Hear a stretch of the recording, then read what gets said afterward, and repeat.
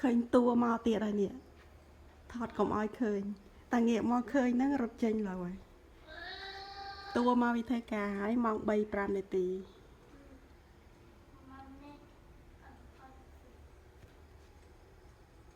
នៅអង្គុយសង់ទីម៉ងម្នាក់ឯងថ្ងៃបើកល្អទៀតនោះត្រើងខ្ញុំតែមទល់ដនងឲ្យណនងមានត្រើងឡើងឲ្យរៀងមាំបន្តិចនោះតែមទល់ពី3ថ្ងៃមុននោះថ្ងៃភ្លៀងខ្លាំង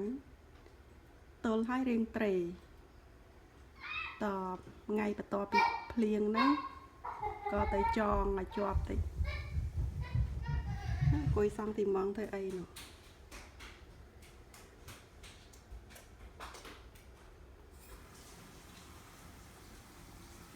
ហើយដើមកន្ធុំថេបនេះក៏ខ្ញុំចងដែរនេះខ្ពស់ចងទៅមុនតរងបែកមេឃរៀងធំបែកមេឃទៅទល់ជាងផ្ទះចងទៅនោះឡើងចិត្តដល់ដបូល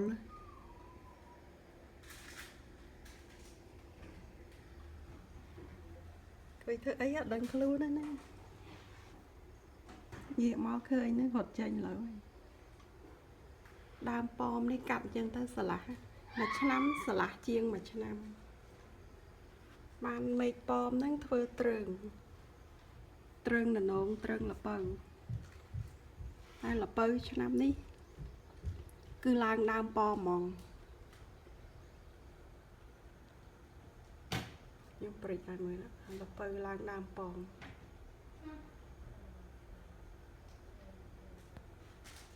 ព្រោះយ៉ាងងាកមកទៀតណាងាកមករត់ចេញឡើយពពាយខ្ញុំក៏ចាប់ផ្ដើមឡើងត្រើងយ៉ាងនេះឡើងចិត្តដល់ចុងដែរមកដើមហ្នឹងដាំបានមុនគេ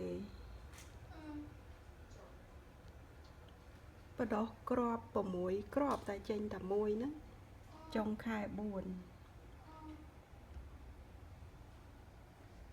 ចាប់ផ្ដើមផ្កាខ្លះព្រិចផ្កាឲ្យមើល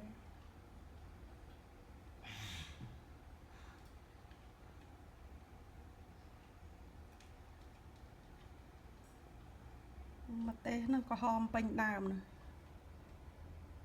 ក្រហមល្អណាស់ម្ទេសមើលតួម្ដងទៀតគួរឲ្យផ្អើលហើយ